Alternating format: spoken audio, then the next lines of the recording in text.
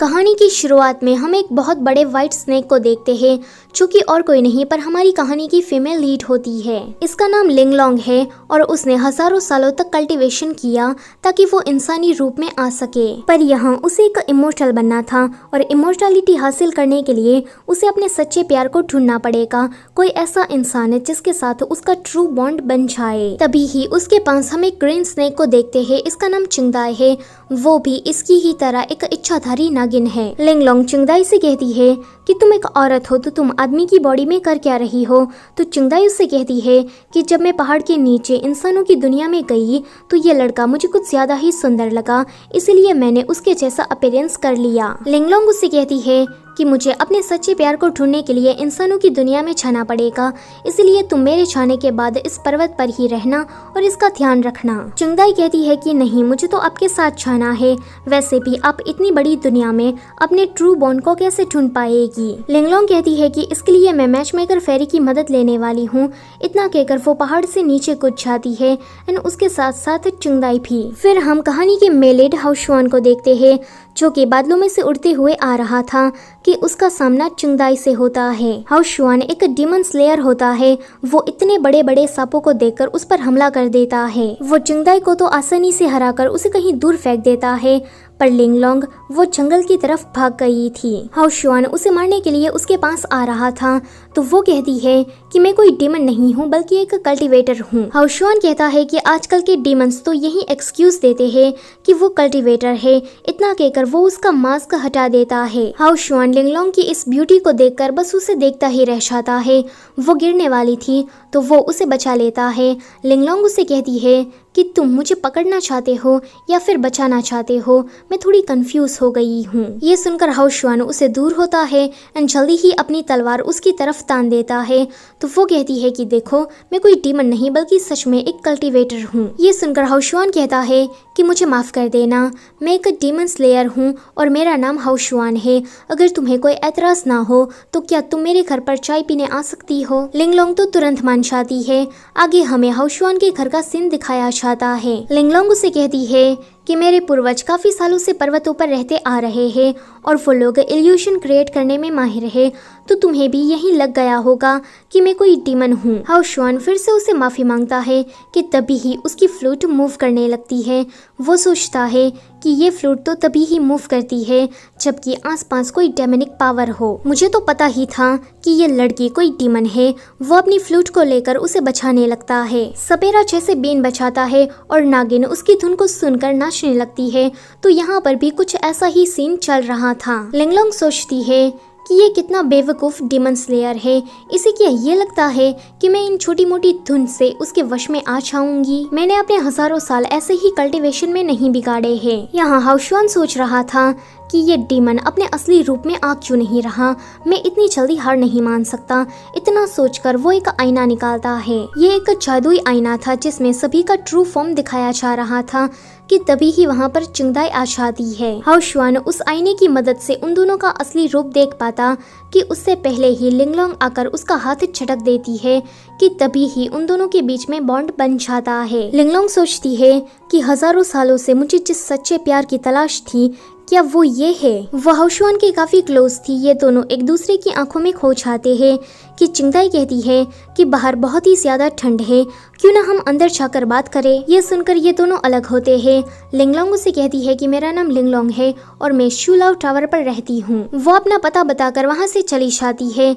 हाउशुआन उसकी ब्यूटी को देखकर इतना ज्यादा खो गया था कि वो ये तक भूल जाता है कि वो उसे डीमन समझकर मारने वाला था। अगले सीन में ये दोनों नागिनें अपने असली रूप में अपने घर में बैठी थी। लिंगलोंग चिंगदाई से कहती है कि अगर तुम दोबारा लड़का बनी तो मैं तुम्हें पर्वत पर वापस भेज दूंगी। तो चिंगदाई कहती है कि मुझे वहाँ नहीं जाना बल्कि तुम्हारे साथ रहना है। हाउशुआन ने इन दोनों का पीछा किया था। इनको इस तरह से देखकर बेचारी की इतनी फट जाती है कि वो वहाँ से जल्दी से भागने लगता है। तभी ही उसके सामने शू युवान आ जाता है जो कि उसका बेस्ट फ्रेंड है। तभी ही ये दोनों अपने इंसानी रूप में बाहर आ जाती है।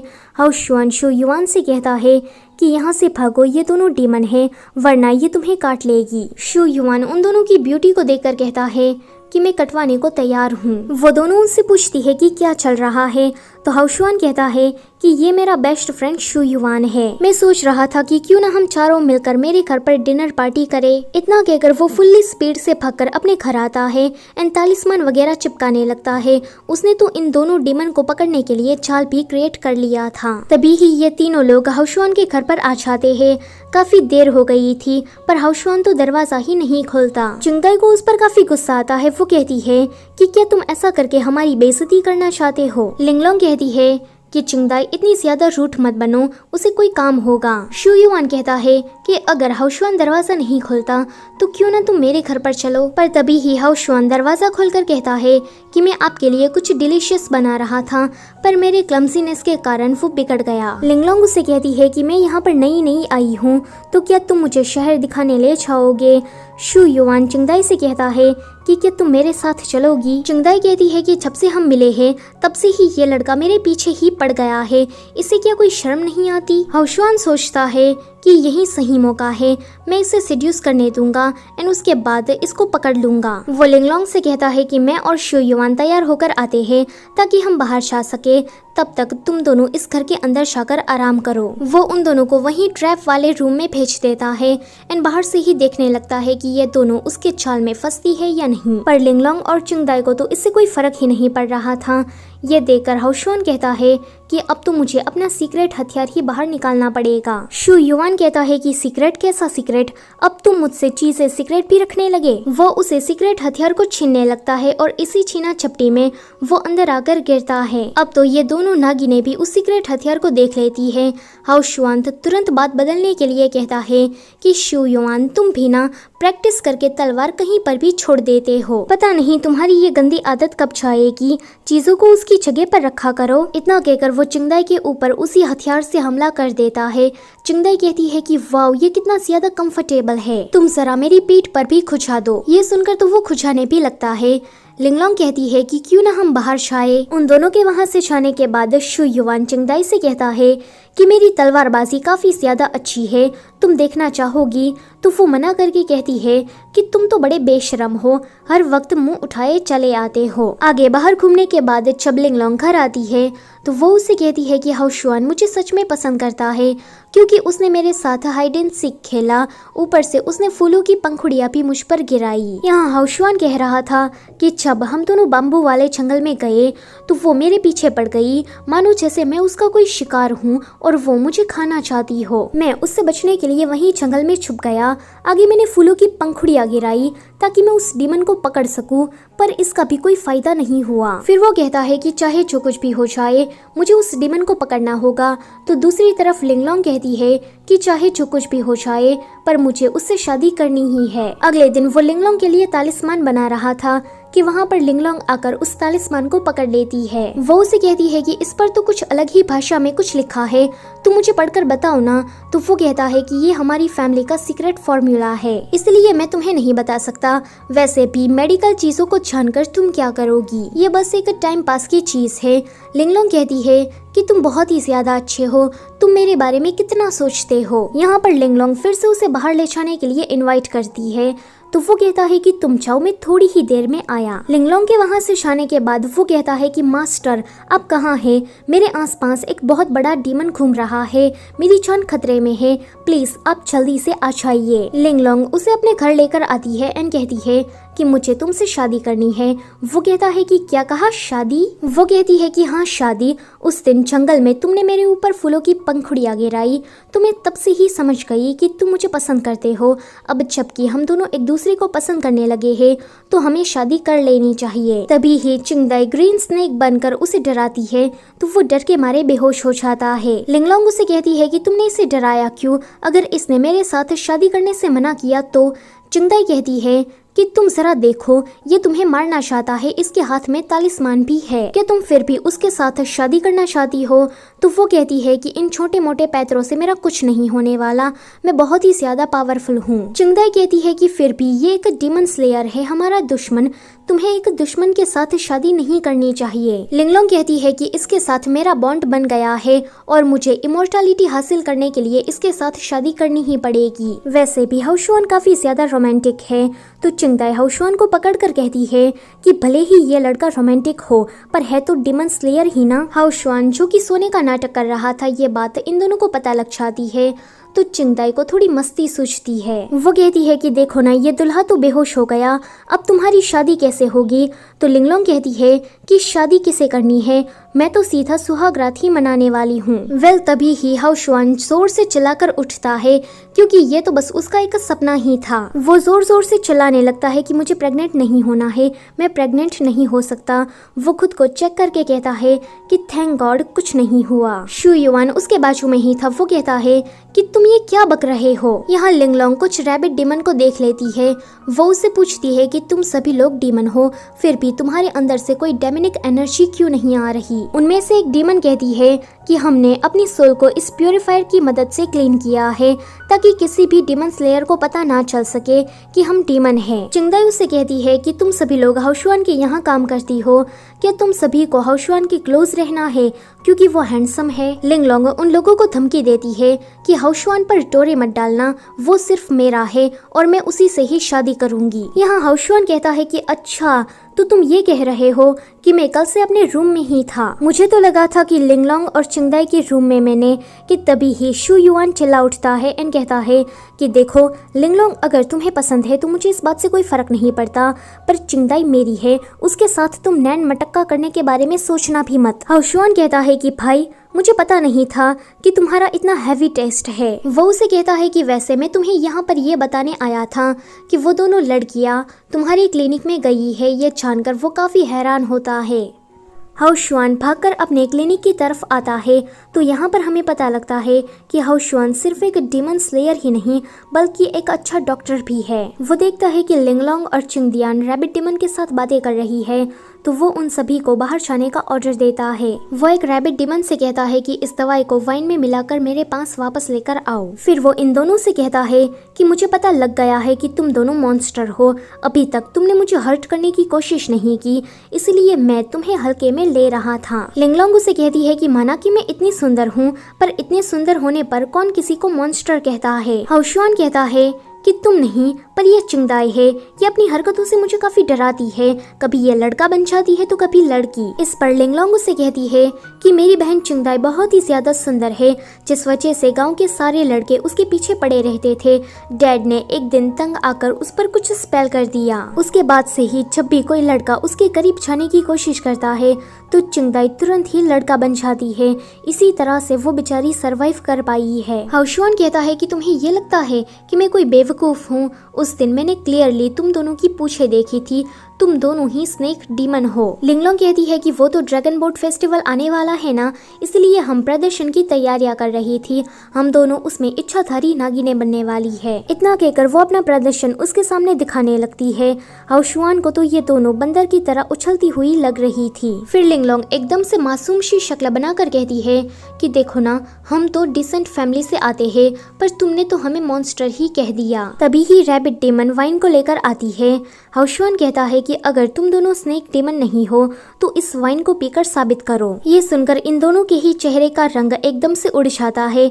वो कहता है कि क्यों नहीं पीना है। लिंगलोंग पीने वाली थी, पर चिंगदाई कहती है कि हम क्यों पिए, क्या पता तुमने इसके अंदर जहर मिला दिया हो। पर सडनली लिंगलोंग उस वाइन को पी लेती है। उसे कुछ ना होता देखकर चिंगदाई तो पूरा प्याला ही गटक लेती है। फिर वो उसे कहती है कि देखा, हमें कुछ भी नहीं हुआ, वैसे भी अगर तुम्हें हमें कुछ पिलाना ही था तो कुछ अच्छा पिलाते, ये क्या गटर जैसा पानी लग रहा था। हाओशुआन सोचता है कि ये दोनों तो डीमन नहीं है, लगता है कि उस दिन मेरी आंखों ने धोखा ही खा लिया था। पर दरअसल में सच तो ये था कि रैबिट डीमन इन दोनों के साथ मिली हुई है और उसने वाइन में वो पाउडर मिलाया ही नहीं। तभी ही हाओशुआन के क्लिनिक में एक माँ अपने बच्चे को लेकर आती है एंड कहती है कि प्लीज इसे बचा लो। हाओशुआन उसे देखकर कहता है कि आई एम सॉरी। अब जबकि कोई डॉक्टर सॉरी कहता है तो इसका मतलब ये है कि वो उसे बचा नहीं पाएगा। वो औरत काफी दुखी मन से वहाँ से जा रही थी कि रास्ते में ही उसे काले कपड़े पहने हुए एक इंसान मिलता है एंड कहता है कि मैं इसे ठीक कर सकता हूँ। ये वाला सीन यहीं पर ही कट होता है। अगले सीन में चिंगदाई फिर से लड़का बनी हुई थी।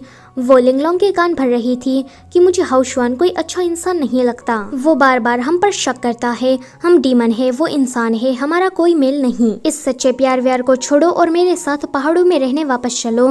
तो वो उसे कहती है कि चिंगदाई बकवास करना बंद करो, अभी मैं उस छोटे बच्चे के बारे में सोच रही हूँ, उस बच्चे में कुछ तो गलत था। यहाँ हाउशुआन सोच रहा था कि मैं इतना बड़ा डॉक्टर हूँ पर फिर भी मैं उस बच्चे की बीमारी को डायग्नोस नहीं कर पाया। लिंगलोंग झूला झूल रही थी, वो हाउशुआन को आवाज देती है पर जब वो ध्यान नहीं देता तो वो गिरने का नाटक करने लगती है। जैसे ही वो लिंगलोंग के पास जाने के लिए खड़ा होता है तो चिंगदाई अपने स्पेल से उसे गिराने की कोशिश करती है पर लिंगलोंग उसे अपने करीब खींच लेती है। आगे वो दोनों मार्केट में घूम रहे थे। लिंगलोंग जादू की मदद से फायरवर्क्स करती है। ये नजारा हाउशुआन को बहुत ही ज्यादा पसंद आता है। तभी ही उनकी नजर उस छोटे बच्चे पर पड़ती है जो कि अब बिल्कुल ठीक था। हाउशुआन उसे चेक करके कहता है कि ये लड़का तो सच में ठीक हो गया, पर आज सुबह जब मैंने इसका चेकअप किया तो ये मरने वाला था। उस बच्चे की माँ कहती है कि तुम मेरे बेटे को ठीक नहीं कर पाए, अब जबकि वो ठीक है तो इसमें भी तुम्हें प्रॉब्लम है। इतना कहकर वो जाने लगती है। वो छोटा बच्चा चाहते चाहते एक इविल स्माइल करता है। लिंगलोंग समझ जाती है कि इस बच्चे में कुछ तो गड़बड़ है। वो उसके घर जाकर उस पर हमला करने लगती है तो उसे पता लगता है कि इस बच्चे के अंदर तो डिमन स्पिरिट है। वो बच्चा रो रो कर अपनी माँ को बुलाता है। उसकी माँ लिंगलोंग से कहती है कि तुम हो कौन और तुम इस तरह से मेरे बेटे को हर्ट क्यों कर रही हो। वो उसे कहती है कि आपके बेटे के अंदर डिमन स्पिरिट ने हमला कर दिया है। कि तभी ही वहाँ पर हाउशुआन आता है। उस बच्चे की माँ कहती है कि अच्छा तो ये लड़की तुम्हारे साथ है, तुम मेरे बेटे को ठीक नहीं कर पाए, तुम्हारे अंदर कोई टैलेंट नहीं है, तो तुम सबसे ये बात छुपाने के लिए इस लड़की को ये कहलवा रहे हो कि मेरे बेटे के अंदर डिमन स्पिरिट है। लिंगलोंग कहती है कि ये बात मैं साबित कर सकती हूँ। तो हाउशुआन उसे कहता है कि बस करो, मैं इस बच्चे की बीमारी को ठीक से डायग्नोस नहीं कर पाया, ये मेरी गलती है, तो प्लीज तुम ऐसा करना बंद करो। पर लिंगलोंग तो फिर भी नहीं मान रही थी। तो वो कहता है कि इविल स्पिरिट के नाम पर तुम तमाशा खड़ा करना बंद करो। अगर तुम मेरी मदद इस तरह से झूठ बोलकर करना चाहती हो तो मुझे तुम्हारी मदद की कोई जरूरत नहीं है। तुम इस तरह से मुझ पर सिंपैथी मत दिखाओ। इतना कहकर वो चला जाता है। अगले सीन में वो इसी बात को लेकर काफी ड्रिंक कर रहा था क्योंकि उसे अपनी एबिलिटी पर शक हो रहा था। तभी ही वहाँ पर शू युआन आकर उसे कहीं ले जाता है। चिंगदाई अपना फेवरेट काम कर रही थी, लिंगलोंग के कान भरना। वो कहती है कि डीमन और इंसानों के रास्ते अलग अलग है, तुम ये बात समझ क्यों नहीं रही। आज वो तुम पर चिल्लाया, उसने तुम पर यकीन नहीं किया, तो अब बाकी ही क्या बचा है, चलो मेरे साथ पहाड़ों में। लिंगलोंग कहती है कि हाँ हाँ चलो चलते हैं, पहाड़ों पर नहीं पर उस बच्चे के घर पर। दूसरी तरफ शू युआन बैच पर अपना और चिंगदाई का नाम लिखकर लव ट्री पर लगा रहा था। तो यहाँ पर हाउशुआन भी कुछ ऐसा ही कर रहा था।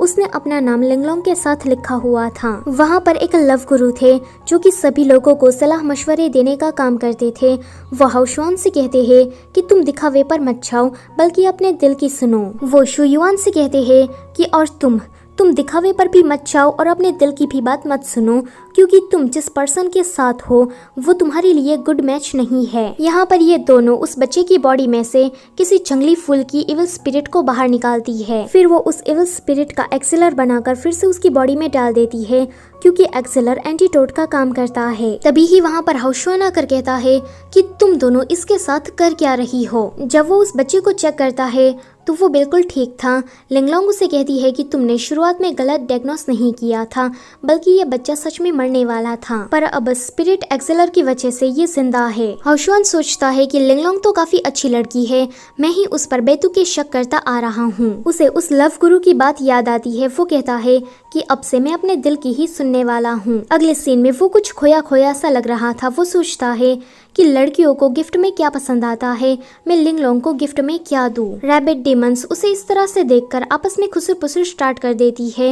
एक कहती है कि एक डीमन और इंसान कभी भी एक नहीं हो सकते, तो दूसरी वाली कहती है कि इंसान और डीमन एक हो सकते हैं। वैसे हाउशुआन लिंगलोंग के साथ होने वाला है तो इसे तुम्हें इतनी मिर्च क्यों लग रही है। तो तीसरी वाली कहती है कि मैं तो यही चाहती हूँ कि वो दोनों एक हो जाए। यहाँ हाउशुआन लिंगलोंग को लेकर उसी लव गुरु के पास आया था। वो यहाँ पर उसके साथ शादी करने की बात करता है। लिंगलोंग सोचती है कि मैं हजारों सालों से शादी करने के इस प्रपोजल को देखती आ रही हूँ। ये तरीका पुराना है पर फिर भी मुझे ये अच्छा लग रहा है। जब वो उसे शादी करने के लिए हाँ कहती है तो हमें यहाँ पर इन दोनों का एक किसिंग सीन दिखाया जाता है कि तभी ही उनके ऊपर फूलों की बरसात होती है, जो कि और कोई नहीं पर युशवान कर रहा था। अगले सीन में चिंगदाई रैबिट डीमन को देखते हुए उसे कह रही थी कि तुम्हारी चेस्ट तो काफी फ्लैट है, तुम्हारे बट कुछ ज्यादा ही सॉफ्ट है। किसी का शेप अच्छा नहीं था तो किसी के बाल कुछ ज्यादा ही लंबे थे। तभी ही वहाँ पर ये दोनों आते हैं। लिंगलोंग उसे पूछती है कि तुम ये कर क्या रही हो। चिंगदाई कहती है कि तुम दोनों ही जल्दी शादी करने वाले हो तो एक बहन होने के नाते मुझे तुम्हें कुछ गिफ्ट में देना चाहिए। तो मैं हाउशवान को कॉन्क्यूबाइन देना चाहती हूँ। तो वो कहती है कि चिंगदाई अब बस भी करो, हाउशवान कोई बुरा लड़का नहीं है। तो चिंगदाई कहती है कि यही तो मैं तुम्हें दिखाना चाहती हूँ, जरा देखो वो लड़कियाँ देखकर कैसे पिघल रहा है। हाउशवान किसी रैबिट डीमन के हाथों को टच कर रहा था तो लिंगलोंग सोचती है कि चिंगदाई ने तो सच कहा, ये तो सच में ठरकी है। पर हाउशवान तो उसकी स्किन को देखकर उसे बता रहा था कि तुम बीमार हो। लिंगलोंग कहती है कि मुझे पता ही था कि मैंने किसी गलत पर्सन को चूज नहीं किया है, अब तो मैं शादी इसी से ही करूंगी।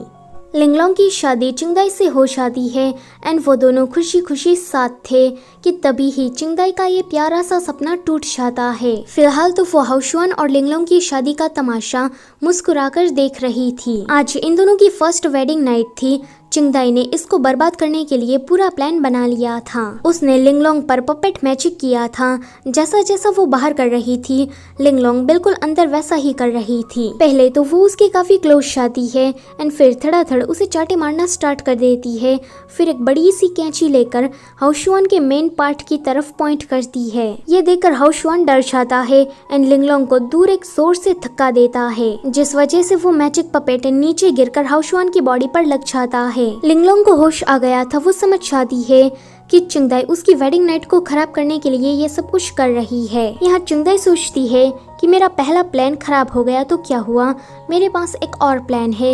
इतना कहकर वो उसकी तरफ लव पॉइजन पिल फेंकती है। दरअसल में ये पिल वो हाउशवान को खिलाना चाहती थी ताकि लिंगलोंग के सामने उसका पोपट हो सके, पर लिंगलोंग के होते हुए ऐसा नहीं हो पाता। वो पिल चिंगदाई की बॉडी में सीधा चली जाती है। उसके जाने के बाद चिंगदाई को काफी हॉट फील हो रहा था कि वहाँ पर शू युवान आता है। चिंगदाई उसके क्लोज होने लगती है तो हाउशवान भी अंदर कुछ ऐसा ही कर रहा था। लिंगलोंग जल्दी से उस पपेट मैजिक को खत्म कर देती है, जिस वजह से बाहर चिंगदाई भी ठीक हो जाती है। अब होना क्या था, शू युवान को इस तरह से देखकर वो उसके साथ झगड़ा करके वहाँ से चली जाती है। अगले दिन चिंगदाई लिंगलोंग से काफी गुस्से से कहती है कि मुझे वो शू युवान बिल्कुल भी पसंद नहीं है, अगर हमारे बीच में ऐसा वैसा कुछ हो जाता तो। लिंगलोंग उसे मार कर कहती है कि शुरुआत तुमने की थी, तुम मेरी वेडिंग नाइट को खराब करना चाहती थी, तुम अपने ही किए हुए प्रैंक में फंस गई एंड अभी तुम मुझ पर चिल्ला रही हो कि तुमने मेरी फीलिंग्स के बारे में सोचा। हाउशवान काफी ज्यादा अच्छा लड़का है, वो मुझे पसंद है, मैं उसे पसंद करती हूँ, तो तुम्हें इस बात से क्या प्रॉब्लम है। चिंगदाई कहती है कि क्या तुमने शादी करने से पहले मेरी परमिशन ली, क्या तब तुमने मेरी फीलिंग्स के बारे में सोचा। तो लिंगलोंग कहती है कि अगर तुम्हें इस बात से कोई ऑब्जेक्शन है तो पहाड़ों पर वापस जा सकती हो। चिंगदाई एकदम से मासूम सी शक्ल बनाकर कहती है कि नहीं तो मुझे कोई ऑब्जेक्शन नहीं है। कि तभी ही वहाँ पर शू युवान काफी गुस्से से आता है। दिखने से लग रहा था कि आज तो वो चिंगदाई को घर से बाहर निकाल ही देगा, पर तभी ही वो घुटनों के बल गिरकर कहता है कि सिस्टर लिंगलोंग, मैं इसकी जिम्मेदारी लेने के लिए तैयार हूँ। चिंगदाई कहती है कि तुम कहना क्या चाहते हो। तो वो कहता है कि कल रात जो कुछ भी हुआ उसकी मैं जिम्मेदारी लूंगा तुमसे शादी करके। चिंगदाई कहती है कि तुम अपना मुंह बंद रखो और शादी करने के बारे में तो तुम भूल ही जाओ। कि तभी ही वहाँ पर एक लड़की आकर उन पर हमला करना स्टार्ट कर देती है। लिंगलोंग शू युवान से कहती है कि तुम इसे लेकर अंदर जाओ, मैं इससे निपटती हूँ। फिर तो इन दोनों लड़कियों के बीच में फाइट होना स्टार्ट हो जाता है। चिंगदाई को जब होश आता है तो वो लिंगलोंग के पास जाना चाहती थी, पर शू युवान उसे मना करता है तो वो जिद करने लगती है। शू युवान कहता है कि वो बिल्कुल ठीक है, अभी तुम्हें अपनी फिक्र करनी चाहिए। इतना कहकर वो उसे दवाई पिलाने लगता है। चिंगदाई उसे कहती है कि तुम्हें पता लग गया है कि मैं एक डीमन हूँ, तो क्या तुम्हें मुझसे डर नहीं लगता। वो कहता है कि मैं तुम्हें पसंद करता हूँ, फिर तुम चाहे डीमन ही क्यों ना हो, मुझे तुम्हारे साथ रहना है और मैं तुम्हारी जिंदगी भर केयर करूंगा। चिंगदाई को उसकी ये सारी बातें काफी टची लग रही थी, पर फिर क्रेंची सा मुंह बनाकर कहती है कि मैं इस लड़के के बारे में इतना अच्छा क्यों सोच रही हूँ। यहाँ पर वो लड़की लड़ाई करने के टाइम पर लिंगलोंग से कह रही थी कि तुम जो भी हो सामने आ जाओ। उन दोनों की लड़ने की आवाज सुनकर हाउ शुआन भी बाहर आ जाता है। वो उस लड़की को देखकर कहता है कि मास्टर आप आ गई, ये मेरी वाइफ है, कोई डीमन नहीं, तो प्लीज आप इसे लड़ना बंद कर दीजिए। पर उसकी मास्टर लिंगलोंग पर डीमन कैचिंग स्वॉर्ड से हमला करती है, जिस वजह से लिंगलोंग अपने असली फॉर्म में आती है। वो कहती है कि मैं यहाँ पर अपना सच्चा प्यार ढूंढने आई थी, क्या अब मैं इतना भी डिजर्व नहीं करती। वो उसे कहती है कि तुम्हारी ये गलती है कि तुमने डीमन बनकर जन्म लिया। ये सुनकर लिंगलोंग को उस पर काफी गुस्सा आता है। वो अपनी पावर को एक्टिवेट करती है, पर जो डीमन कैचिंग स्वॉर्ड थी वो उसकी टेक्निक को नलिफाई कर देती है। इतना ही नहीं, वो तो लिंगलोंग की पावर खत्म करके उसे कमजोर भी कर रही थी। हाउ शुआन आकर कहता है कि प्लीज आप मेरी वाइफ को मत मारिए, अगर वो डीमन भी है फिर भी वो बहुत ही ज्यादा अच्छी है, वो लोगों को नुकसान नहीं पहुंचाती। उसकी मास्टर कहती है कि तुम श्योर हो कि ये कोई बुरी डीमन नहीं है, क्योंकि इविल स्पिरिट हमेशा ही चालाक होते हैं, हमें उन पर दया नहीं दिखानी चाहिए। हाउ शुआन कहता है कि इसकी जिम्मेदारी मैं लूंगा, मेरी वाइफ बहुत ही ज्यादा अच्छी है, वो सबकी मदद करती है, अगर इसने कुछ भी बुरा किया तो उसकी जिम्मेदारी मैं लूंगा, आप इसके बिहाफ में मुझे सजा दे सकती है। वो यहाँ पर उसे काफी रिक्वेस्ट कर रहा था, इस पर मास्टर मान जाती है। उसी टाइम पर पिंजरे से एक इविल स्पिरिट जो कि गुम्मी हो गई थी वो आजाद हो जाती है। गुम्मी हो आते ही सीधा लिंगलोंग के कमरे में जाता है। लिंगलोंग सो रही थी तो वो उसके अंदर से उसका एक्सेलर निकालने की कोशिश करने लगता है। वो सोचता है कि इस पिल के अंदर हजारों सालों का कल्टीवेशन है, अगर मैंने इसे खा लिया तो मैं बहुत ही ज्यादा पावरफुल बन जाऊंगा और मुझे बिना किसी मेहनत के हजारों सालों का कल्टीवेशन मिल जाएगा। वो उसे बस खाने ही वाला था कि वहाँ पर मास्टर आकर उसे रोकती है। वो कहता है कि ओए पागल लड़की, तुमने आकर सब बिगाड़ दिया, अब मैं तुम्हें जिंदा नहीं छोड़ूंगा। मास्टर कहती है कि इस तरह से दूसरों की चीजों को चुराते हुए कि तुम्हें कोई शर्म नहीं आती। इतना कहकर वो उसे पकड़ लेती है एंड वो जो कल्टीवेशन वाली पिल थी वो लिंगलोंग को वापस से खिला देती है। हाउ शुआन ने भी ये सब कुछ देख लिया था। उसे देखकर यहाँ पर अच्छा लगता है कि उसकी मास्टर अब उसके रिश्ते के खिलाफ नहीं है। मास्टर उसे कहती है कि मैं तुम्हारी शादी को लेकर तुम्हें ज्यादा कुछ नहीं कहना चाहती, क्योंकि ये तुम्हारा अपना फैसला है, पर याद रखना तुमने एक इंसान होने के बावजूद डीमन से शादी की है, तो आने वाली मुसीबतों के लिए रेडी रहना, क्योंकि जितना तुम सोच रहे हो ये इतना आसान नहीं होगा। हाउ शुआन कहता है कि जब तक मैं लिंगलोंग के साथ हूँ तब तक मुझे सब कुछ मंजूर है। मास्टर गुम्मीहो को लेकर जा रही थी। गुम्मीहो कहता है कि मैं उस पिल को बस खाने ही वाला था कि तुम आ गई। वैसे भी हम दोनों डीमंस हैं, अगर मैंने उसका कल्टीवेशन चुरा भी लिया तो इसमें कौन सी बड़ी बात हो गई। उस व्हाइट स्नेक की किस्मत बहुत ही ज्यादा अच्छी है, क्योंकि उसके पास हाउ शुआन जैसा पति है जो कि उसे बहुत ही ज्यादा पसंद करता है, पर मेरे पास तो ऐसा कोई नहीं है, मुझे कोई पसंद ही नहीं करता। मास्टर कहती है कि रोना बंद करो, तुम्हें भी जरूर कोई मिल जाएगी। उन दोनों को इस तरह से दो बूढ़े कपल जाते हुए देखते हैं। ग्रैंडमा कहती है कि जरा देखो उन दोनों को कैसे हाथ पकड़कर जा रहे हैं, और एक तुम होगी। लिंगलोंग को जब होश आता है तो हाउ शुआन उसके बाजू में बैठा था। वो उसे पूछती है कि मैं एक डीमन हूँ तो क्या तुम्हें मुझसे डर नहीं लगता। वो कहता है कि नहीं, तुम मेरी वाइफ हो और मैं अभी तुम्हारे लिए एक तालिस्मान तैयार कर रहा हूँ ताकि और किसी को पता ना चले कि तुम एक डीमन हो। चिंगदाई उन दोनों की बातें दूर से सुन रही थी। लिंगलोंग आज जो कुछ भी हुआ उस वजह से हाउ शुआन से नजरें नहीं मिला पा रही थी, इसलिए वो उसे यहाँ से जाने को कहती है। हाउ शुआन के जाने के बाद चिंगदाई वहाँ पर आती है एंड कहती है कि तुमने देख लिया ना, आज उसकी मास्टर आकर तुम्हें मारने की कोशिश कर रही थी। अगर तुम दोनों साथ रहे तो इसी तरह से तुम पर मुसीबतें आती ही रहेगी, क्योंकि तुम एक डीमन हो। ऊपर से वो तुम्हारा हस्बैंड हाउ शुआन, वो तुम्हारी रियलिटी को एक्सेप्ट करना ही नहीं चाहता, इसलिए तो उसने तुमसे कहा कि वो तुम्हारे लिए तालिस्मान बना रहा है ताकि तुम्हारे बारे में किसी और को पता ना चले। देखो, ऐसे आदमी के साथ रहने की तुम्हें कोई जरूरत नहीं है, चलो पहाड़ों पर, हम वहीं पर ही ठीक थे। यहाँ हाउ शुआन को लिंगलोंग से जुड़ी हुई सारी पुरानी बातें याद आ रही थी। वो सोचता है कि मैंने कोई भी गलत फैसला नहीं किया है, लिंगलोंग एक अच्छी डीमन है। इतना सोचकर जब वो उसके कमरे की तरफ जाता है तो उसे पता लगता है कि लिंगलोंग और चिंगदाई दोनों ने ही घर छोड़ दिया है। वो उसे ढूंढने के लिए बाहर जाता है। काफी देर के बाद वो अपसेट होकर बैठा ही था कि उसके सामने लिंगलोंग आती है। वो उसे कहती है कि तुमने इतने दिनों तक मेरा ध्यान रखा, इसके लिए थैंक यू, पर अब मुझे यहाँ से जाना होगा। हाउशुआन कहता है कि ये मेरी गलती है, प्लीज मत जाओ, मैंने ही तुम पर ट्रिक्स किए, तुम पर शक किया। तो वो कहती है कि तुम खुद को दोष मत दो, ह्यूमंस और डीमन के रास्ते अलग अलग होते हैं, अगर हम दोनों साथ रहे तो हम दोनों पर मुसीबतें आती ही रहेगी। हाउशुआन कहता है कि मैं उन आने वाली मुसीबतों से नहीं डरता, बल्कि डर तो मुझे तुम्हें खोने से लगता है।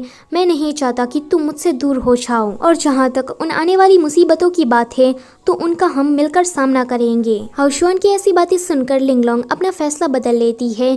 इससे हाउशुआन तो खुश हो जाता है, पर चिंगदाई का मुंह बन जाता है। हाउशुआन लिंगलोंग को छोटे बच्चे की तरह दवाई पिला रहा था, तो वो कहती है कि मुझे नहीं पीना। वो कहता है कि क्या ये कड़वी है इसीलिए तुम मना कर रही हो।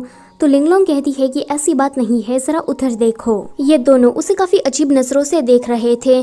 चिंगदाई हाउशुआन को दूर धक्का देकर उनके बीच में बैठ जाती है एंड लिंगलोंग से कहती है कि मैं तुम्हें दवाई पिला देती हूँ। अब शू युआन भी पीछे कैसे हटता, वह हाउशुआन को फिर से धक्का देकर चिंगदाई से कहता है कि और मैं तुम्हें पिलाता हूँ। हाउशुआन काफी गुस्से से कहता है कि तुम दोनों अभी के अभी मेरे कमरे से बाहर निकलो। उनके जाने के बाद वो कहता है कि मुझे इनकी शादी जल्द से जल्द करवानी होगी, वरना ये दोनों तो मुझे शांति से जीने नहीं देंगे। अगले सीन में माहौल काफी गर्म था क्योंकि चिंगदाई फिर से लिंगलोंग के पास आ गई थी। हाउशुआन उसे कहता है कि तुम मेरी वाइफ से चिपकना बंद करो, अब उसे तुम्हारा कोई लेना देना नहीं है। चिंगदाई उसे कहती है कि तुम खुद को समझते क्या हो, तुम्हारे साथ लिंगलोंग सिर्फ इसीलिए है क्योंकि उसे इमोशनल बनना है। हाउशुआन कहता है कि अगर ऐसा होता तो वो मुझे कब का छोड़कर चली गई होती। चिंगदाई कहती है कि ऐसी बात नहीं है, तुम ही कमजोर हो, तुम कैपेबल ही नहीं हो, इसीलिए लिंगलोंग को इतनी ज्यादा देर लग रही है। हाउशुआन को ये सुनकर काफी बुरा लगता है कि लिंगलोंग उसके पास किसी मकसद से आई थी। लिंगलोंग कुछ कहने चाहती कि हाउशुआन कहता है कि तुम्हें एक्सप्लेन करने की कोई जरूरत नहीं है, मैं सब कुछ समझ गया हूँ। वो काफी सैड होकर वहाँ से चला जाता है। इन दोनों के बीच में तड़का लगाकर चिंगदाई तो बहुत ही ज्यादा खुश हो रही थी, पर लिंगलोंग ने उससे बात करना बंद कर दिया था, वो उसे इग्नोर कर रही थी। तो चिंगदाई उसे मनाने की कोशिश करती है कि वहाँ पर हाउशुआन आ जाता है। वो चिंगदाई को लिंगलोंग से दूर करता है, तो लिंगलोंग उसे कहती है कि क्या अब तुम मुझसे नाराज नहीं हो। वो कहता है कि नहीं, भले ही तुम पहले मेरे पास मकसद से आई थी, पर अब तुम मुझे पसंद करती हो और ये बात मुझे समझ में आ गई है। अगले दिन हाउशुआन अपने स्टडी रूम में बैठा था कि उसे चिंगदाई सीड्यूस करने के लिए आती है। हाउशुआन उसे किस करने लगा था कि तभी ही वो चिंगदाई को देखकर दूर हो जाता है। ये तो सिर्फ उसका एक सपना ही था, असल में ऐसा कुछ नहीं हुआ था। वो सोचता है कि मुझे इतना अजीबोगरीब सपना क्यों आया। चिंगदाई जब लिंगलोंग को तैयार करने के लिए जाती है तो हाउशुआन ने ये काम पहले ही कर दिया था। वो हाउशुआन से कहती है कि तुम्हारे क्लिनिक में बहुत सारे पेशेंट आए हैं और वो तुम्हें बुला रहे हैं, तो तुम वहाँ चले जाओ। चिंगदाई ने हाउशुआन को बहाने से वहाँ से भेज दिया था। फिर वो लिंगलोंग के कान भरना स्टार्ट कर देती है कि हाउशुआन बुरा लड़का है, पर इस बार लिंगलोंग को उस पर काफी गुस्सा आता है, तो वो उसे कहती है कि गेट आउट। चिंगदाई सोचती है कि लिंगलोंग कभी भी मुझ पर गुस्सा नहीं करती थी, पर इस हाउशुआन के आने के बाद वो मुझसे दूर रहने लगी है। मुझे इस हाउशुआन का कुछ तो करना होगा। चिंगदाई अब ठान लेती है कि वो इन दोनों को अलग करके ही मानेगी। जब हाउशुआन घर आता है तो उसके साथ एक लड़की थी। वो वहाँ खड़ी लिंगलोंग से काफी बदतमीजी से बात करता है एंड कहता है कि आज मुझे बहुत सारा काम है, तो मुझे अकेला छोड़ दो। वो सोचती है कि इसको एक दिन में अचानक से क्या हो गया। अगले दिन भी कुछ ऐसा ही होता है। लिंगलोंग उसका इंतजार कर रही थी, पर हाउशुआन नहीं आता, तो वो उसे देखने चाहती है कि कहीं ये फिर से ओवर टाइम ना कर रहा हो, पर ये तो लड़कियों के साथ मजे कर रहा था। फिर एक वीक, एक महीना ऐसे ही बीत जाता है। हाउशुआन ने लिंगलोंग को इग्नोर करना स्टार्ट कर दिया था एंड वो दूसरी लड़कियों के साथ गुलछर्रे उड़ा रहा था। एक दिन लिंगलोंग को पता लगता है कि वो प्रेग्नेंट है, इसलिए ये बात वो हाउशुआन को बताने के लिए चाहती है। हाउशुआन उसे कहता है कि मुझे तुम्हारे पास से कोई भी बच्चा नहीं चाहिए, मेरी मिस्ट्रेस भी प्रेग्नेंट है एंड वो एक नॉर्मल इंसानी बच्चे को जन्म देगी, तुम्हारी तरह किसी मॉन्स्टर को नहीं। ये सुनकर लिंगलोंग पूरी तरीके से टूट जाती है कि तभी ही वहाँ पर चिंगदाई उसके छले पर नमक छिड़कने के लिए आती है। वो कहती है कि हमने तो जिसको सच्चा हीरा समझा था, दरअसल में वो तो कोयला निकला, तुम अपनी जिद छोड़ो और मेरे साथ पहाड़ों पर वापस चलो। दरअसल में ऐसा कुछ भी रियल में नहीं हुआ था, ये तो बस चिंगदाई का फैलाया हुआ हेल्यूसिनेशन था जो कि लिंगलोंग देख रही थी। हाउशुआन उसे कहता है कि तुम उठ गई, पता है कि तुम कोमा में चली गई थी। मैंने मास्टर से मदद मांगी तो मास्टर ने मुझे कहा कि ये कोई इल्यूशन स्पेल है। लिंगलोंग समझ जाती है कि ये काम जरूर उस चिंगदाई का है। चिंगदाई तो हमेशा की तरह चिकनी चुपड़ी बातें करके लिंगलोंग से माफी मांगकर निकलना चाहती थी, पर इस बार लिंगलोंग जैसे को तैसा करती है, वो उसे हेल्यूसिनेशन में डाल देती है कि तभी ही वहाँ पर हाउशुआन आता है। लिंगलोंग उसे कहती है कि तुम जानते हो कि मुझे कैसा सपना आया, तुम मुझे छोड़कर किसी दूसरी औरत के पास चले गए। तो हाउशुआन कहता है कि मुझे भी आजकल ऐसे ही सपने आ रहे थे। ये सुनकर लिंगलोंग उससे थोड़ी नाराज हो जाती है तो वो उसे मनाने के लिए उसे किस करता है। अगले सीन में वो दोनों बैठकर वाइन पी रहे थे। उस वाइन में जहर था जो कि स्नेक डीमन पर काफी बुरा असर छोड़ती है। इस वाइन को पीने के बाद लिंगलोंग काफी आउट ऑफ कंट्रोल हो जाती है। चिंगदाई आकर उसे शांत करने की कोशिश करती है तो यहाँ हाउशुआन भी उसे शांत करने की कोशिश कर रहा था। वो लिंगलोंग को वापस से ठीक करने के लिए अपनी सारी कल्टीवेशन का यूज कर लेता है, जिससे लिंगलोंग तो वापस आ जाती है पर वो अनकॉन्शियसनेस में चला गया था। लिंगलोंग हाउशुआन का ऐसा हाल देखकर अपना हजारों सालों का कल्टीवेशन उसकी बॉडी में ट्रांसफर करने लगती है। तो चिंगदाई कहती है कि पागल हो, अगर तुमने अपना कल्टीवेशन उसे दिया तो तुम मर जाओगी। लिंगलोंग उसे कहती है कि मुझे बचाते बचाते ही इसका ये हाल हुआ है तो मुझे तो उसकी मदद करनी ही है, फिर चाहे मेरी जान ही क्यों ना चली जाए। चिंगदाई समझ जाती है कि ये तो हाउशुआन को बचाने के लिए अपने आप को मारने चाह रही है, तो वो कहती है कि तुम्हें मरने की कोई ज़रूरत नहीं है। अगर इसे 7 दिनों के अंदर रिवाइवल पल खिला दिया तो ये फिर से कॉन्शियस हो जाएगा। आगे लिंगलोंग उसी रिवाइवल पल को लेने के लिए वाटर वर्ल्ड में जाती है जहाँ पर उसका सामना कुछ डीमन से होता है। वो उनसे फाइट करने के दौरान पानी में गिर जाती है तो चंगचिंग नाम का एक मरमैन यानी कि जलपरा आकर उसकी मदद करता है। चंगचिंग को लिंगलोंग पहली ही नजर में काफी ज्यादा पसंद आ गई थी। लिंगलोंग उसे पूछती है कि तुम कौन हो, तो वो कहता है कि ये मेरा घर है और मेरा नाम चंगचिंग है। लिंगलोंग उसे कहती है कि मैं सही जगह पर आई हूँ, मुझे तुमसे रिवाइवल पल के बारे में कुछ बात करनी है। वो उससे ज्यादा बातें कर पाती कि वहाँ पर ब्लैक शैडो आर्मी आकर उन पर हमला कर देती है। चंगचिंग तो उनको इतनी स्मूथली हैंडल करता है कि लिंगलोंग तो बस उसे देखती ही रह जाती है। आगे चंगचिंग लिंगलोंग को लेकर अपने महल की तरफ जा रहा था तो उनका सामना जीसू नाम की लड़की से होता है। जीसू देखती है कि चंगचिंग के बाल काले हो गए हैं तो वो समझ जाती है कि ये जरूर लिंगलोंग की वजह से हुआ होगा। वो उस पर काफी गुस्सा करती है। दिखने से तो लग रहा था कि ये जीसू शायद चंगचिंग को पसंद करती होगी। चंगचिंग उसे कहता है कि जीसू मैं तुमसे बाद में मिलूंगा, अभी मुझे इस लड़की को अपने भाई के पास लेकर जाना है। अगले सीन में चंगचिंग लिंगलोंग को लेकर अपने बड़े भाई के पास आता है जो कि उसकी ही जैसा दिखता है। दरअसल में ये दोनों भाई ट्विंस है और चंगचिंग का बड़ा भाई इस वाटर वर्ल्ड का किंग है। वो चंगचिंग से कहता है कि तुम इस लड़की को लेकर अंदर क्यों आए, तुम जानते हो ना कि आजकल हम पर काफी हमले हो रहे हैं तो यहाँ पर बाहर वालों का आना मना है। चंगचिंग कहता है कि ये लड़की कोई बुरी इंसान नहीं है, ये मेरी दोस्त है। वो लिंगलोंग से कहता है कि तुम यहीं पर ही रहकर हमारा इंतजार करो, मैं अभी वापस आया। इतना कहकर वो अपने बड़े भाई को साइड में बात करने के लिए ले जाता है। थोड़ी ही देर में चंगचिंग अपने भाई के साथ बात करके वापस आ जाता है। आज लिंगलोंग पहली बार उनके यहाँ आई थी, इसलिए वो लोग उसके वेलकम के लिए एक जश्न रखते हैं। चंगचिंग का भाई कहता है कि लिंगलोंग यहाँ पर पहली बार आई है, यहाँ के बारे में उसे ज्यादा कुछ पता नहीं, तो चंगचिंग तुम उसे गाइड करना। चंगचिंग लिंगलोंग से कहता है कि अगर तुम्हें बाहर जाना हो तो मुझे बताना, मैं तुम्हारे साथ चलूँगा। लिंगलोंग उसे कहना चाहती थी कि मैं तो यहाँ पर काम की वजह से आई हूँ। वो ज्यादा कुछ कह पाती कि जीसू खड़ी होकर कहती है कि आजकल काफ़ी हमले हो रहे हैं, तो चंगचिंग का इस तरह से बाहर जाना ठीक नहीं है। अगर लिंगलोंग तुम्हें बाहर जाना हो तो मैं तुम्हारे साथ चलूँगी। जीसू की माँ तुरंत कहती है कि तुम लिंगलोंग से काफी बदतमीजी से बात कर रही हो, वो हमारी मेहमान है तो जल्दी से उसे माफी मांगो। जीसू कहती है कि हम सभी को पता है कि चंगचिंग कितना कमजोर है, अगर उसे कुछ हो गया तो मैं उसकी बचपन की दोस्त हूँ, इसलिए मुझे उसकी काफी फिक्र हो रही है। चंगचिंग कहता है कि तुम्हें मेरी फिक्र करने की जरूरत नहीं है, लिंगलोंग मेरे साथ है, अगर कोई खतरा आया तो लिंगलोंग मुझे बचा लेगी। जीसू की माँ कहती है कि लिंगलोंग को तो मैजिक आता है, यानी कि वो जरूर कोई डीमन स्लेयर होगी। इस पर जीसू कहती है कि मैजिक तो डीमन को भी आता है, तो क्या पता ये कोई डीमन हो। इस पर सभी लोग काफी गुस्सा दिखाने लगते हैं।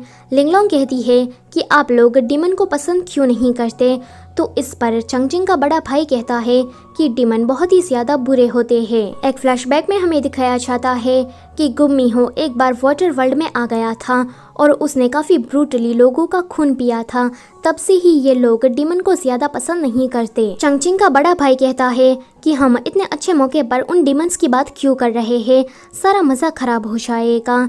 यह जश्न जब खत्म हो जाएगा तो हम शादी के बारे में बात करेंगे। ये सुनकर लिंगलोंग शॉक। यहाँ मास्टर गुम्मीहो को लेकर एक डंजन में आई थी। गुम्मीहो उससे कहता है कि क्या तुम मुझे यहाँ पर लॉक करना चाहती हो। तो वो कहती है कि तुमने काफी लोगों को मारा है, इसलिए तुम जिंदगी भर यहीं पर ही सड़ने वाले हो। गुम्मीहो कहता है कि लगता है कि तुमने मेरे लिए काफी लंबा प्लान तैयार करके रखा है। तो वो कहती है कि बकवास करना बंद करो। मास्टर उस पर कुछ स्पेल करती है तो गुम्मीहो को गुस्सा आ जाता है। वो अपनी पास्ट की एक बात याद करता है जहाँ पर वो वाटर वर्ल्ड में रिवाइवल पल को लेने के लिए गया था, जहाँ पर उसका सामना चीसू की माँ से होता है। गुम्मीहो को किसी लड़की शुआंग के लिए रिवाइवल पल चाहिए था क्योंकि उसकी जान खतरे में थी, पर चीसू की माँ उसे कहती है कि मेरे पास कोई रिवाइवर पल नहीं है। ये सुनकर गुम्मीहो वहाँ से जा ही रहा था कि चीसू की माँ उसे रोककर कहती है कि ये हमारी आखिरी मुलाकात है, तो हमें बैठकर ड्रिंक करनी चाहिए। ये सुनकर गुम्मीहो मान जाता है। चीसू की माँ ने पहले ही वाइन में कुछ मिला दिया था, जिसको पीने के बाद गुम्मीहो का कर्ज एक्टिवेट हो जाता है और वो काफी बुरी तरीके से वहाँ के लोगों को मारने लगता है। वेल ये सारी बातें गुम्मीहो सोच रहा था। वो मास्टर से कहता है कि ओए पागल लड़की, मुझे हर्ट मत करना वरना मेरा कर्ज एक्टिवेट हो जाएगा, फिर ना चाहते हुए भी मुझे तुम्हें मारना पड़ेगा। मास्टर सोचती है कि इसको ब्लड से कर्ज लगा हुआ है, पर फिर भी इसके अंदर फीलिंग्स है, ये बिल्कुल इंसानों जैसा है। यहाँ वाटर वर्ल्ड के अंदर चीसू चंगजिंग के पास आकर कहती है कि मैं तुम्हें पसंद करती हूँ और तुम्हारे लिए मैंने अपने बाल काले कर दिए हैं। तुम उस औरत को ज्यादा नहीं जानते, वो एक आउटसाइडर है और हम दोनों तो बचपन से साथ हैं, तो क्या तुम मुझसे शादी नहीं कर सकते। चंगजिंग कहता है कि प्यार में कभी टाइम मैटर नहीं करता। जब मैंने उसे पहली बार देखा तब ही मैंने फैसला कर लिया था कि मैं अपनी पूरी जिंदगी उसके साथ रहना चाहता हूँ। लिंगलोंग चंगजिंग के बड़े भाई के पास जाती है तो वो उसे कहता है कि क्या तुम चंगजिंग के साथ शादी करके यहाँ रहना पसंद करोगी। तो वो कहती है कि आपने मेरे बारे में इतना सोचा, इसके लिए थैंक यू, पर मैं पहले से ही शादीशुदा हूँ। चंगजिंग का बड़ा भाई कहता है कि लगता है कि तुम्हें हमारे वाटर वर्ल्ड के नियम के बारे में पता नहीं है। जब कोई मरमेड अपने व्हाइट हेयर को ब्लैक में ट्रांसफॉर्म करता है तो इसका मतलब ये है कि उस मरमेड को अपना जीवन साथी मिल गया है। हम मरमेड अपनी पूरी जिंदगी में एक ही इंसान से प्यार करते हैं और उसी के ही साथ लॉयल रहते हैं। जब चंगजिंग ने तुम्हें पहली बार देखा तो उसने अपने हेयर ब्लैक किए, यानी कि वो तुम्हारे लिए काफी सीरियस है। लिंगलोंग कहती है कि माफ करें, मुझे ये पता नहीं था। वैसे मैंने देखा है कि चीसू चंगजिंग को काफी पसंद करती है, तो आप उन दोनों को एक क्यों नहीं कर देते। तो चंगजिंग का बड़ा भाई कहता है कि मुझे ये बात पहले से ही पता है कि चीसू चंगजिंग को पसंद करती है, पर चंगजिंग उसे पसंद नहीं करता। ऊपर से चीसू की माँ कोई साधारण औरत नहीं है, वो बहुत ही ज्यादा खतरनाक है। मैं नहीं चाहता कि वो हमें बाद में मैनिपुलेट करे। लिंगलोंग कहती है कि मुझे रिवाइवल पल की मदद की जरूरत है क्योंकि मेरे हस्बैंड मुझे बचाते बचाते अनकॉन्शियसनेस में चले गए हैं। चंगजिंग का बड़ा भाई तो उसे रिवाइवल पल नहीं देना चाहता था कि वहाँ पर चंगजिंग आकर कहता है कि अगर तुम मुझसे शादी करोगी तो मैं उस रिवाइवल पल को तुम्हें दे दूंगा। रिवाइवल पल से तुम्हारे पति की जान तो बच जाएगी, पर तुम्हें बदले में वाटर वर्ल्ड में मेरे साथ हमेशा रहना होगा। लिंगलोंग उसे कहती है कि मैं इस डील को एक्सेप्ट नहीं कर सकती। उसके बाद चंगजिंग अपने बड़े भाई के पास जाता है तो वो उसे डांटता है कि अगर तुमने उस लड़की को रिवाइवल पल दे दिया तो फिर हमारा क्या होगा। तुम खुद कमजोर पड़ जाओगे, हमारा सिक्योरिटी सिस्टम भी टूट जाएगा। मुझे पता है कि तुम लिंगलोंग को पसंद करते हो और उसके साथ रहना चाहते हो, तो मैं कोई दूसरा रास्ता ढूंढता हूँ। यहाँ लिंगलोंग का सामना चीसू से होता है। चीसू उस पर हमला कर देती है तो लिंगलोंग उसे कहती है कि तुम कुछ गलत समझ रही हो, मुझे चंगजिंग पसंद नहीं है, हम तो बस फ्रेंड्स हैं। मेरे हस्बैंड की हालत काफी क्रिटिकल है और मैं यहाँ पर रिवाइवल पल को लेने आई हूँ। वो कहती है कि क्या कहा, तुम्हारा एक हस्बैंड भी है और तुम यहाँ पर रिवाइवल पल को लेने आई हो। आगे चीसू ये सारी बातें अपनी माँ को बता रही थी।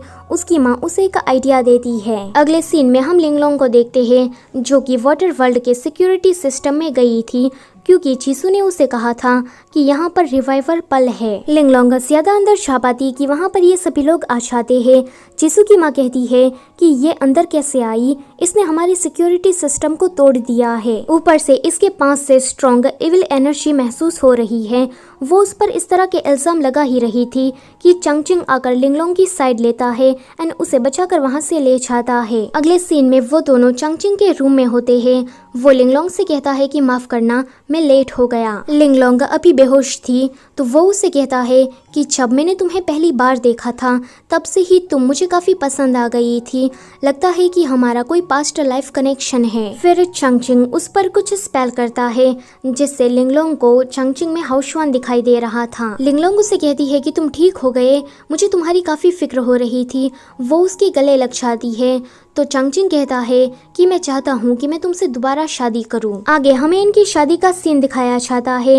लिंगलोंग को अभी भी चंगचिंग के अंदर हाउसवान ही दिखाई दे रहा था। वो दोनों जब किस करने वाले थे कि लिंगलोंग की नजर जाती है कि ये तो उसका हाउसवान नहीं है। वो जल्दी से इस स्पेल को तोड़ देती है। जब वो उठती है तो उसके सामने चंगचिंग खड़ा था। उसने अपनी बॉडी में से रिवाइवर पल को निकाल दिया था। वो वहाँ से जाने लगती है तो चंगचिंग उसे रोककर कहता है कि क्या तुम्हें अपने हस्बैंड को नहीं बचाना है। लिंगलोंग उसे कहती है कि मैं तुम्हारी उस ऑफर को एक्सेप्ट नहीं कर सकती। चंगचिंग कहता है कि इस रिवाइवल पल को मैं तुम्हें ऐसे ही दे रहा हूँ, जाओ और अपने हस्बैंड को बचाओ। ये सुनकर लिंगलोंग बहुत ही ज्यादा खुश हो जाती है एंड उस पल को लेकर वहाँ से चली जाती है। उसके जाने के बाद हम चंगचिंग को देखते हैं जो कि रिवाइवर पल के बिना काफी कमजोर लग रहा था। दूर से ये सारा नजारा चीसू की माँ ने देख लिया था कि तभी ही वहाँ पर उसका बड़ा भाई आता है। वो उसे डांट ही रहा था कि तभी ही उसे पता लगता है कि ब्लैक शैडो आर्मी ने उन पर हमला कर दिया है। ये सुनकर दोनों ही भाई उसे लड़ने के लिए पहुँचते हैं। चंगचिंग रिवाइवर पल के बिना काफी ज्यादा कमजोर था तो वो एक ही अटैक में मारा जाता है। उसका बड़ा भाई कहता है कि उस औरत के लिए इस तरह से मरना क्या वर्थ इट है। तो चंगचिंग कहता है कि मैं उसे पसंद करता हूँ और मैं उसे हमेशा ही खुश देखना चाहता हूँ। मैंने उसकी मदद की और इसके लिए मुझे कोई भी रिग्रेट नहीं है। बस वो इतना ही कह पाता है एंड उसकी मौत वहीं पर ही हो जाती है। तभी ही चीसू की माँ आकर उसके बड़े भाई को भी पकड़ लेती है। वो कहता है कि तुम तो सच में धोखेबाज हो। चीसू की माँ अपने मैजिक से उसको अपना पपेट बना लेती है एंड कहती है कि मैं काफी सालों से इसी दिन का इंतजार कर रही थी। यहाँ लिंगलोंग ने हाउसवान को उस रिवाइवर पल की मदद से ठीक कर दिया था। वो उसे कहता है कि तुम इसे कहाँ से लेकर आई। तो लिंगलोंग कहती है कि मेरे फ्रेंड ने मुझे उधार दिया। फिर हम गुम्मीहो और मास्टर को देखते हैं।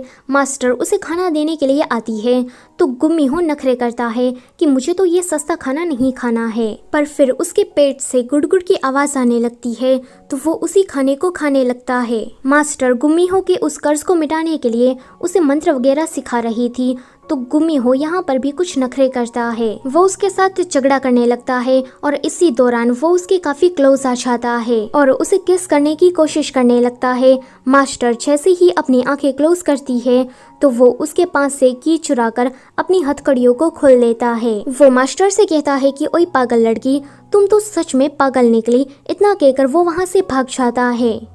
हाउसवान रिवाइवर पल की मदद से थोड़ा थोड़ा ठीक होने लगा था, जिस वजह से वो क्लिनिक में काम करने चाहता है। तो एक बंदा आकर उसे कहता है कि मेरे घर में एक बहुत बड़ा स्नेक डीमन आ गया है। दूसरी तरफ हम ऐसा ही एक और स्नेक डीमन किसी और विलेजर के घर में देखते हैं। वो स्नेक डीमन उस विलेजर को कोई नुकसान पहुंचा पाता कि एक काले कपड़े वाला इंसान आकर उस स्नेक डीमन को सील कर देता है। यहाँ पर ये दोनों इसी बारे में बात कर रहे थे। हाउसवान कहता है कि हमारे शहर में काफी सारे स्नेक डीमन देखे गए हैं पर हर बार एक बंदा आकर उसे पकड़ लेता है। मुझे तो लगता है कि वो बंदा ये सब कुछ जानबूझकर कर रहा है। वो पहले स्नेक डीमन को बाहर छोड़ता है एंड बाद में उसे पकड़ने के लिए चाहता है ताकि वो लोगों की नजरों में हीरो बन सके। हाउसवान का ये शक बिल्कुल सही था। चंगचिंग का बड़ा भाई जानबूझकर ये सब कुछ कर रहा था और जो शुरुआत में हमने काले कपड़े वाला इंसान देखा था वो भी यही था। कुछ गांव वाले मदद करने के बदले में उसे जब थैंक यू कहने आते हैं तो वो उन सभी से कहता है कि यहाँ पर स्नेक डीमन का हमला हो गया था। हाउसवान एक डीमन स्लेयर है पर फिर भी उसने तुम्हारी मदद नहीं की। तुम रीजन जानते हो? क्योंकि उसकी भी वाइफ लिंगलोंग एक स्नेक डिमन है इसीलिए। ये सुनकर सभी लोग काफी शॉक्ड होते हैं एंड उसकी बात पर यकीन ही नहीं करते कि लिंगलोंग एक स्नेक डिमन कैसे हो सकती है। तो वो कहता है कि यह बात मैं तुम्हें प्रूफ करके दिखाऊंगा। गुम्मी हो मास्टर के चंगुलों से आजाद होकर ब्रोथल में जाकर मजे कर रहा था कि उसका कर्ज एक्टिवेट हो जाता है कि तभी ही उसे मास्टर के कहे हुए मंत्रों की याद आने लगती है, जिस वजह से वो एकदम से शांत हो जाता है। ब्रोथल में उसे एक लड़की मास्टर जैसी दिखती है तो वो उसके पास जाकर कहता है कि ओए पागल लड़की, पर वो तो कोई और ही थी। यहाँ हम डंजन में मास्टर को देखते हैं। वो गुम्मी हो के पिछले हमले से बच नहीं पाई थी, जिस वजह से बेहोश हो गई थी कि वहाँ पर गुम्मी हो आ जाता है। मास्टर की ऐसी हालत देखकर गुम्मी हो उसे अपनी पावर से हील करने लगता है। जब उसे होश आता है तो वो कहता है कि मैंने तुम्हें इतनी जोर से भी नहीं मारा था कि तुम मेरे लिए मरना चाहती थी। तो वो कहती है कि आते ही सीधा बकवास करना शुरू कर दी। वैसे तुम्हारे पास भागने का अच्छा मौका था, फिर तुम यहाँ लौट कर क्यों आए? तो वो कहता है कि मैं अपना कुछ सामान यहाँ पर भूल गया था, बस वहीं लेने आया हूँ। वेल ये तो बस एक बहाना था, वो तो स्पेशली यहाँ पर मास्टर को देखने आया था। यहाँ हाउशुआन के घर पर लोग आकर हल्ला मचाने लगते हैं। वो सभी लोग कह रहे थे कि तुम्हारी वाइफ तो स्नेक डिमन है, तुमने डिमन स्लेयर होने के बावजूद भी एक डिमन को घर में पनाह दी है। लिंगलोंग तभी ही उन सभी पर जादू करती है, जिससे उन दोनों की थोड़ी देर की मेमोरीज इरेज हो जाती है। जब उनको होश आता है तो वो सभी लोग भूल गए थे कि वो यहाँ हाउशुआन के घर पर क्या करने आए थे। पर इन सभी में हाउशुआन को एक सच्चाई पता लगती है कि उनके यहाँ जितनी भी लड़कियाँ काम करती है वो सारी रैबिट डिमन है। उनमें से एक रैबिट डिमन कहती है कि तुमने पहले हमारी जान बचाई थी, इसलिए तुम्हें रिपे करने के लिए हम सभी लोग तुम्हारे अंडर काम कर रहे हैं। चिंगदाई आकर लिंगलोंग से कहती है कि जब मैं बाहर गई तो सभी लोग एक ही पर्सन के बारे में बात कर रहे थे जिसने सारे स्नेक डिमन को भगाया। लिंगलोंग उसे कहती है कि वो बंदा मुझे कुछ सस्पिशियस लग रहा है, हमें एक बार जाकर उसे देखना चाहिए। जब ये दोनों वहाँ पर जाती है तो देखती है कि ये तो चंगचिंग का बड़ा भाई है और उस पर इविल स्पिरिट ने कब्जा कर लिया है। वो उस इविल स्पिरिट को उसकी बॉडी से बाहर निकालती है एंड कहती है कि तुम पर इविल स्पिरिट ने कब्जा क्यों किया था, क्या वाटर वर्ल्ड में कुछ हुआ है? यह सुनकर चंगचिंग के बड़े भाई को उस पर काफी गुस्सा आता है। वो कहता है कि यह सब कुछ तुम्हारी वजह से हुआ है। रिवाइवर पल इविल स्पिरिट को दूर रखने का काम करता था, पर तुम तो उसे ही ले गई। तुम्हारे जाने के बाद जीसू की माँ ने ब्लैक शैडो आर्मी से हम पर हमला कर दिया और इसी लड़ाई के दौरान मेरे भाई चंगचिंग की मौत हो गई क्योंकि वो रिवाइवर पल के बिना काफी ज्यादा कमजोर था। हमारा सिक्योरिटी सिस्टम भी टूट गया। लिंगलोंग यह जानकर काफी शॉक्ड होती है। वो कहती है कि माफ करना, मुझे पता नहीं था कि इतना सब कुछ हो जाएगा। वो कहता है कि अब सॉरी कहने से कोई फायदा नहीं है क्योंकि इससे मेरा भाई वापस नहीं आने वाला। तुम जल्दी से मुझे वो पल वापस दे दो ताकि मैं वाटर वर्ल्ड में जाकर अपनी प्रजा को बचा सकूं, क्योंकि वो औरत एविल स्पिरिट को अट्रैक्ट करके हमारे पूरे वर्ल्ड को खत्म करना चाहती है। लिंगलोंग उसे कहती है कि तुम मुझे और 2 दिन दो, 2 दिन के बाद मैं तुम्हें वो पल लौटा दूंगी क्योंकि अभी मेरे हस्बैंड की तबीयत ठीक नहीं हुई है। 2 दिन के बाद मैं तुम्हारे साथ खुद वाटर वर्ल्ड में आऊंगी एंड तुम्हारी मदद करूंगी। ये सुनकर वो उसकी बात मान जाता है। यहाँ पर हाउशुआन के ऊपर गांव वालों ने हमला कर दिया था। दरअसल में उनके ऊपर इविल स्पिरिट का कब्जा हो गया था कि तभी ही वहाँ पर मास्टर और गुम्मी हो आकर उसकी मदद करने लगते हैं। जब वो लोग उन इविल स्पिरिट को उन गांव वालों की बॉडी से निकालते हैं कि तभी ही उनके पास एक बहुत बड़ा स्नेक डिमन आ जाता है। चंगचिंग का बड़ा भाई उसे सील करके सभी लोगों से कहता है कि मुझे माफ करना, मुझे गलतफहमी हो गई थी कि लिंगलोंग भी एक स्नेक डिमन है। ये सुनकर सभी गांव वाले उसकी बात मान जाते हैं एंड वहाँ से चले जाते हैं। मास्टर इस फाइट के दौरान काफी ज्यादा जख्मी हो गई थी तो गुम्मी हो उसे दवाई पिलाता है। मास्टर जब मना करती है तो वो कहता है कि तुम ऑलरेडी वीक हो, डिमन को पकड़ते पकड़ते तुम अपना ही ध्यान रखना भूल गई। मास्टर गुम्मी हो को अपने इतने क्लोज देखकर काफी नर्वस फील कर रही थी। गुम्मी हो ये देखकर कहता है कि मेरी जिंदगी काफी ज्यादा लंबी है क्योंकि मैं एक इमोर्टल हूँ, तो अब तुम्हें भी मेरे लिए लंबी जिंदगी छीनी होगी। इतना कहकर वो उसे माउथ टू माउथ दवाई पिलाता है। जीसू ने हाउशुआन को किडनैप कर लिया था। जब ये बात इन सभी को पता लगती है तो ये सभी लोग वाटर वर्ल्ड में जीसू को रोकने के लिए चाहते हैं। जीसू हाउशुआन को लेकर चंगचिंग की बॉडी के पास आई थी। वो उसे कहता है कि मुझे पता नहीं था कि मुझे बचाने के लिए इसने अपनी जान दे दी है। जब से मैं उठा हूँ तब से ही मुझे काफी अलग अलग मेमोरीज दिखाई देने लगी है।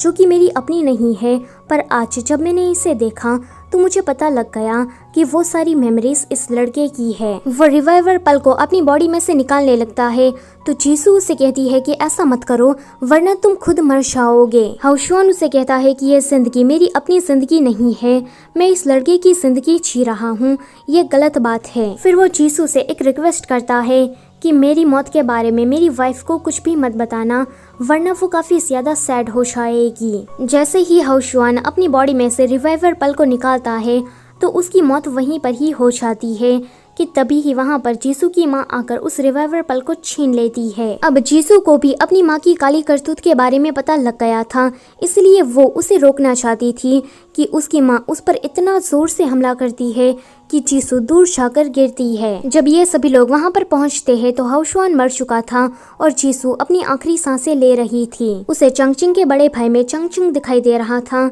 तो वो उसे अपने प्यार का इजहार करती है एंड कहती है कि मरने से पहले मैं चाहती हूँ कि तुम आखिरी बार मुझे कहो कि मैं भी तुम्हें पसंद करता हूँ। वो बोलने बस चाह ही रहा था कि जीसू वहीं पर ही अपना दम तोड़ देती है। आगे ये सभी लोग जीसू की माँ को रोकने के लिए चाहते हैं। जीसू की माँ ने काफी ज्यादा एविल स्पिरिट को अट्रैक्ट कर लिया था जिस वजह से वो काफी पावरफुल हो गई थी एंड ये लोग उसके सामने चींटी के समान थे। मास्टर ये देखकर कहती है कि ये तो बहुत ही ज्यादा पावरफुल है, हमें इससे फॉर्मेशन बनाकर रोकना होगा। तो गुमिहो कहता है कि पहले मैं इसके पास से रिवाइवर पल को लेता हूँ ताकि ये थोड़ी कमजोर हो जाए। जब गुमिहो उसके पास से रिवाइवर पल लेने के लिए गया था तभी मास्टर अपना फॉर्मेशन क्रिएट करती है। उसने मंत्र वगैरह पढ़ना चालू कर दिया था। गुमिहो देखता है कि रिवाइवर पल में तो क्रैक आ गया है, यानी कि अब वो एक मामूली सा पत्थर बन गया है। जीसू की माँ वहाँ से भाग पाती कि गुमिहो उसे पकड़ लेता है एंड वो आगे बचकर भाग ना पाए, इसलिए गुमिहो फॉर्मेशन के अंदर ही रहता है। मास्टर अपने फॉर्मेशन में गुमिहो को देखकर रुक जाती है तो वो उसे कहता है कि पागल लड़की मेरे बारे में चिंता मत करो और जल्दी से इस फॉर्मेशन को सील करो। ये सुनकर मास्टर ये काम कर देती है। गुमिहो के साथ साथ जीसू की माँ भी उसमें कैद हो जाती है। यहाँ लिंगलोंग हाउशुआन के पास जाती है। उसने उसकी बॉडी को चंगचिंग की बॉडी के पास रखा हुआ था। लिंगलोंग अपनी बॉडी में से हजारों साल का कल्टीवेशन बाहर निकालती है एंड उसकी बॉडी में ट्रांसफर करने लगती है कि चिंगदाई आकर उसे रोकती है एंड कहती है कि ऐसा मत करो वरना तुम भी मर जाओगी। लिंगलोंग उसे कहती है कि हाउशुआन के मिलने के बाद मुझे कोई इमोर्टैलिटी नहीं चाहिए थी, बल्कि हमेशा ही हाउशुआन के साथ रहना था। मेरे मरने के बाद तुम इसका ध्यान रखना और इसे प्रोटेक्ट करना। इतना कहकर वो उस पल को हाउशुआन की बॉडी में ट्रांसफर कर देती है। अब लिंगलोंग एक साधारण सा सांप बन गई थी। चिंगदाई उसे इस तरह से देखकर काफी ज्यादा रोती है। अगले सीन में वो उसे पानी में छोड़ते हुए कह रही थी कि इतने साल हो गए पर तुम कभी भी मुझे समझ नहीं पाई। मुझे कोई इमोर्टैलिटी नहीं चाहिए थी, बल्कि हमेशा ही तुम्हारे साथ रहना था। इतना कहकर वो अपने खून से एक ग्रीन स्नेक बनाती है एंड लिंगलोंग के साथ छोड़ती है। फिर कहानी हमें 18 सालों के बाद की दिखाई जाती है, जहाँ पर चिंगदाई और शुयुआन साथ में क्लिनिक में काम कर रहे थे और उन दोनों ने शादी कर ली थी। चिंगदाई कहती है कि ये हाउशुआन कहाँ चला गया, तो शुयुआन कहता है कि वो हमेशा की तरह पहाड़ों में जड़ी बूटी ढूंढने गया होगा। चिंगदाई कहती है कि ये लड़का जड़ी बूटियाँ ढूंढने के लिए इतना ऑब्सेस्ड हो गया है कि घर आना ही भूल गया है, अपना सारा टाइम पहाड़ों में ही बिताता रहता है। वेल हाउशुआन पहाड़ों में सिर्फ जड़ी बूटियाँ ढूंढने नहीं चाहता, बल्कि इस उम्मीद से चाहता है कि वहाँ पर लिंगलोंग होगी। वो काफी डिसअपॉइंट होकर घर वापस आ ही रहा था कि उसकी रास्ते में एक लड़की से टक्कर हो जाती है जो कि बिल्कुल लिंगलोंग की ही तरह दिख रही थी। हाउशुआन जब उसे देखता है तो वो लड़की और कोई नहीं बल्कि लिंगलोंग ही थी। ये दोनों ही एक दूसरे को देखने लगते हैं और इसी के साथ ये ड्रामा यहीं पर ही खत्म होता है। अगर आपको ये कहानी अच्छी लगी है तो अपने फ्रेंड्स के साथ इसे शेयर जरूर करना और वीडियो से जाने से पहले वीडियो को लाइक और कमेंट करके बताना कि आपको ये कहानी कैसी लगी है। और अगर आप चैनल पर पहली बार आए हो तो इसे सब्सक्राइब भी कर दो। Thank you for watching.